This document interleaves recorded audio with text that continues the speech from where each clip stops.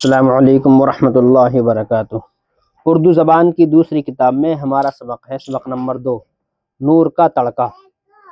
Number 1، چاند کی روشنی پھیکی پڑ گئی، تارے بھی چھپ گئے، کوئی کوئی ٹمٹما رہا ہے، اجالا بڑھتا جاتا ہے، در دیوار مکان درخت سب صاف نظر آنے لگے۔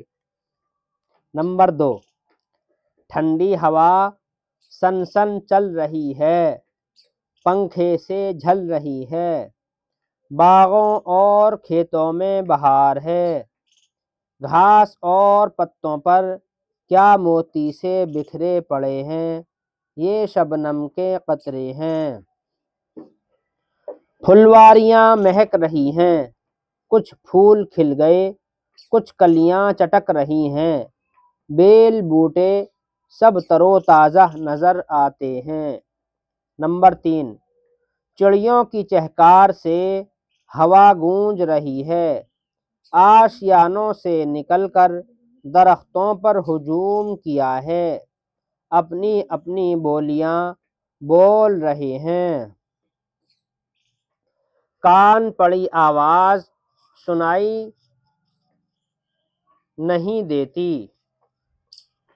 نمبر 4، بھیڑ بکریاں بھی چلا رہی ہیں، گائیں بھینسیں چوکنی ہو گئیں، ان کے بچے بھی کل بلا رہے ہیں، کاروباری لوگ سب اٹھ بیٹھے، کوئی غسل کر رہا ہے، کوئی منہ ہاتھ دھو رہا ہے۔